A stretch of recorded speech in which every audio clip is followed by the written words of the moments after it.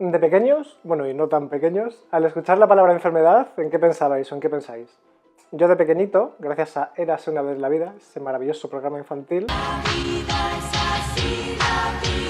lo que pensaba era que bichitos pequeñitos, maliciosos, entraban en la célula, la destruían, se apoderaban de ella y luego iban a colonizar a otras células.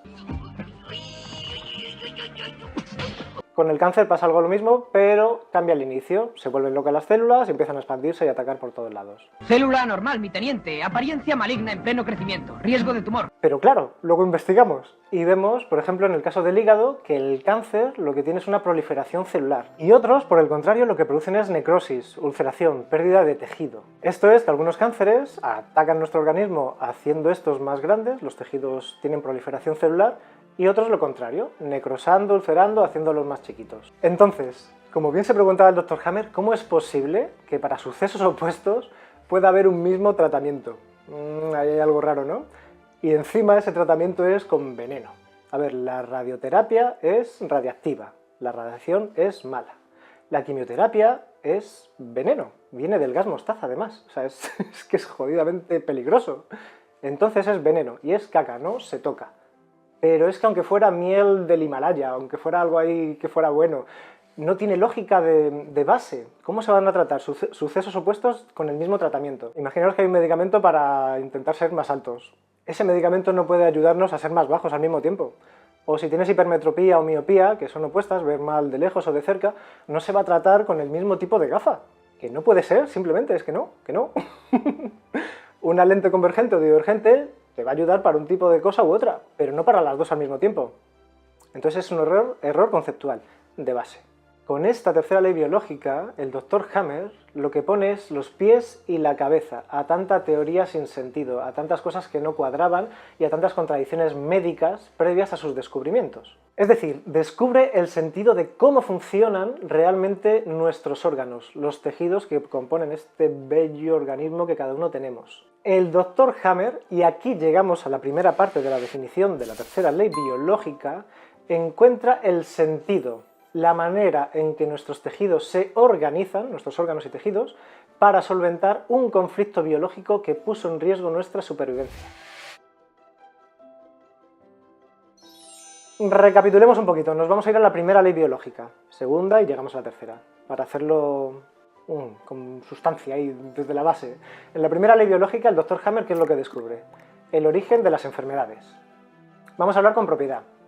El origen de programas biológicos que nuestro cuerpo activa para ayudarnos a solventar un shock, una hostia que te da la vida, algo que te deja ahí patidifuso, algo que pone en riesgo tu supervivencia. Nuestro organismo adquiere unas propiedades un poco más fuertes, algún tipo de órgano, para solventar este peligro que te pone la vida, ¿vale? La segunda ley biológica que descubre el Dr. Hammer nos explica la función bifásica de estos programas biológicos.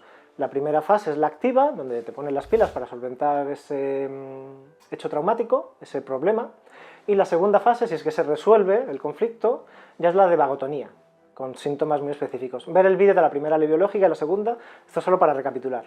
Entonces, el origen, las dos fases.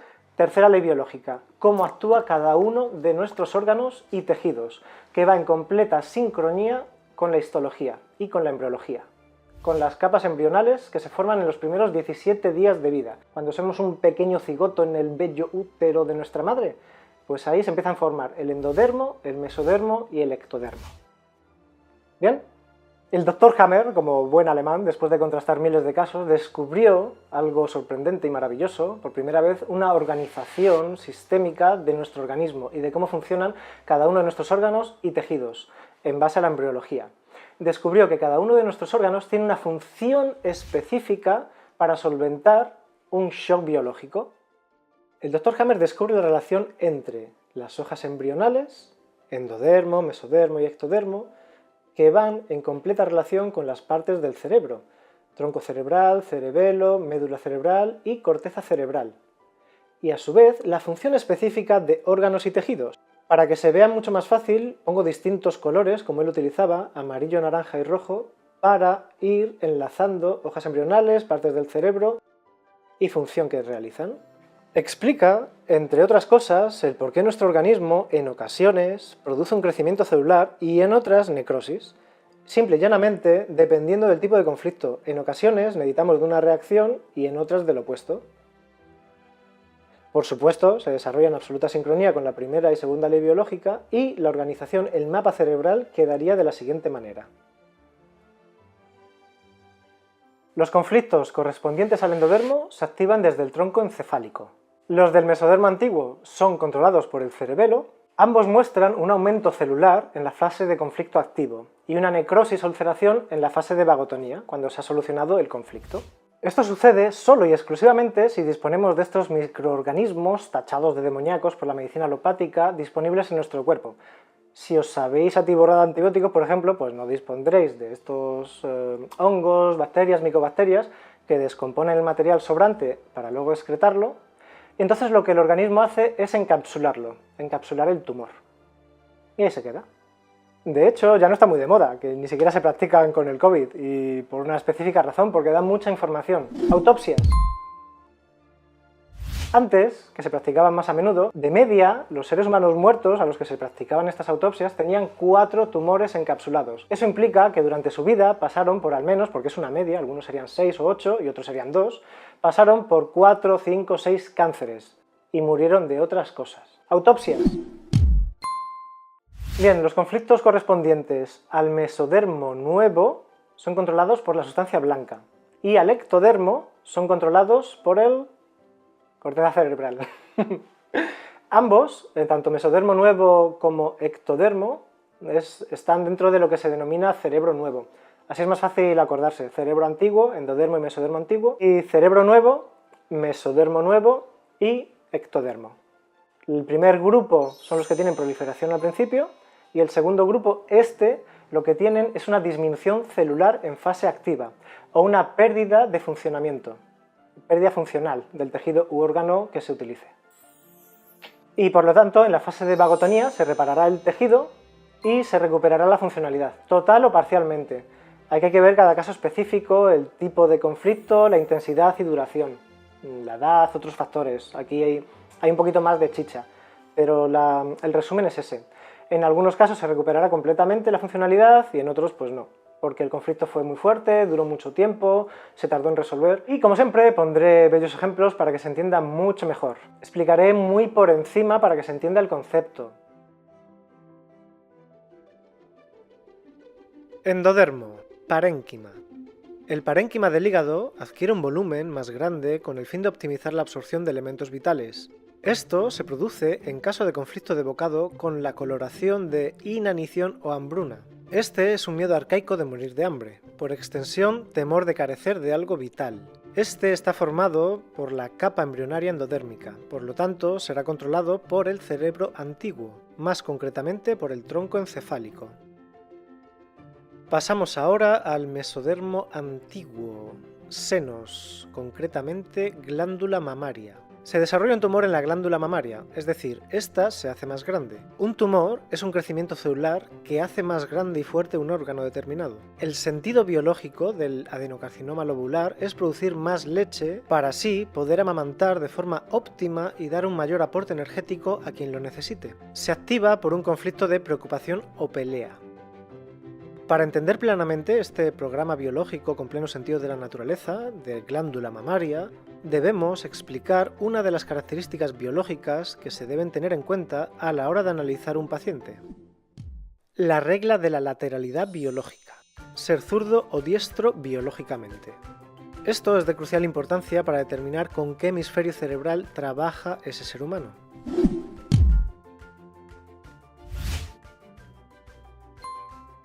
Si el tumor se desarrolla en la mama izquierda y la mujer es diestra, entonces tenemos un conflicto de preocupación o pelea con o relacionados con la madre o el hijo. Incluso un conflicto de nido, preocupación por la casa o una parte de ella, por ejemplo el cuarto de los niños. Y si la mujer es zurda, el conflicto de preocupación o pelea normalmente es con la pareja. Potencialmente puede ser con cualquier persona que no sea madre e hijos. Este conflicto además tiene un contenido sexual. Si el tumor se desarrolla en la mama derecha y la mujer hemos comprobado que biológicamente es diestra, entonces estaremos hablando de un conflicto de preocupación o pelea, normalmente con la pareja, pero que potencialmente puede darse con cualquier persona que no sea la madre o los hijos. En este caso, el conflicto no tiene un contenido sexual. Desarrollando un tumor en la mama derecha y siendo zurda la mujer, tenemos un conflicto de preocupación o pelea con o relacionados con la madre o el hijo. Incluso un conflicto de nido, como dijimos antes también. Preocupación por la casa o una parte de ella, por ejemplo, el cuarto de los niños. El concepto nido lo que viene a definir es que implica cualquier persona o cosa que esté siendo nutrida dentro del entorno familiar. En otras palabras, a quien se está alimentando en términos reales, virtuales o imaginarios. Normalmente para ayudar a la pareja o para ayudar al hijo que se encuentra en peligro. Pero se dan muchos casos últimamente además que se toman a las mascotas como si fueran hijos, en los que se desarrolla un cáncer de mama, de glándula mamaria, debido a una preocupación por la mascota, que se ve y se atiende como si fuera un hijo. El hijo asimismo puede ser algo que se representa como creación propia, una casa o una empresa. Y este programa biológico está comandado por el cerebelo. Pasamos ahora al mesodermo nuevo. Vamos a poner de ejemplo los huesos, concretamente el tejido óseo. Los huesos se necrosan en caso de conflicto de desvalorización o desvaloración, un sentir de no ser capaz de realizar algo, no tener las competencias para llevar a cabo una tarea. En fase de conflicto activo se produce una osteólisis, una destrucción ósea, es decir, una desmineralización de la matriz de proteína del hueso formando cavernas. Para que nos entendamos, haciendo agujeritos como un queso gruyère. Podemos encontrarnos con osteopenia, que sería una masa conflictual pequeña, o examinado en el inicio de la fase de conflicto activo, o con osteoporosis, que sería una masa conflictual grande. Es importante destacar que las destrucciones óseas y medulares son siempre indoloras. Y el propósito de formar agujeritos es meter en ellos un material más duro que haga más fuertes nuestros huesos y por lo tanto estar preparados para resistir más carga o más peso. Esto sucede al final de la fase vagotónica. Y un ejemplo de ectodermo sería la epidermis. En fase de conflicto activo disminuye la sensibilidad de la piel por un conflicto de separación para reducir el dolor causado por la separación o la falta de contacto con un ser querido, o todo lo contrario, por un conflicto de contacto, por haberse producido un contacto no deseado. La disminución de sensibilidad de la piel se consigue a través de microulceraciones. Asimismo, la memoria a corto plazo también se ve afectada. Todos estos síntomas nos ayudan a que la pérdida de ese ser querido no duela tanto. Este SBS está controlado por la corteza cerebral.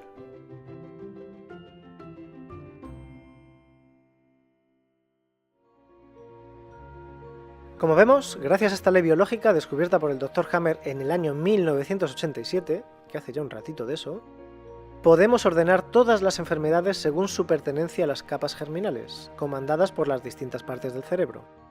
En el siguiente vídeo, y con esto ya me despido, veremos la cuarta ley biológica en la que explicamos cómo los microbios también están organizados según las capas embrionarias y cómo su rol es muy distinto al que el químico y empresario Pasteur nos dijo en su tiempo.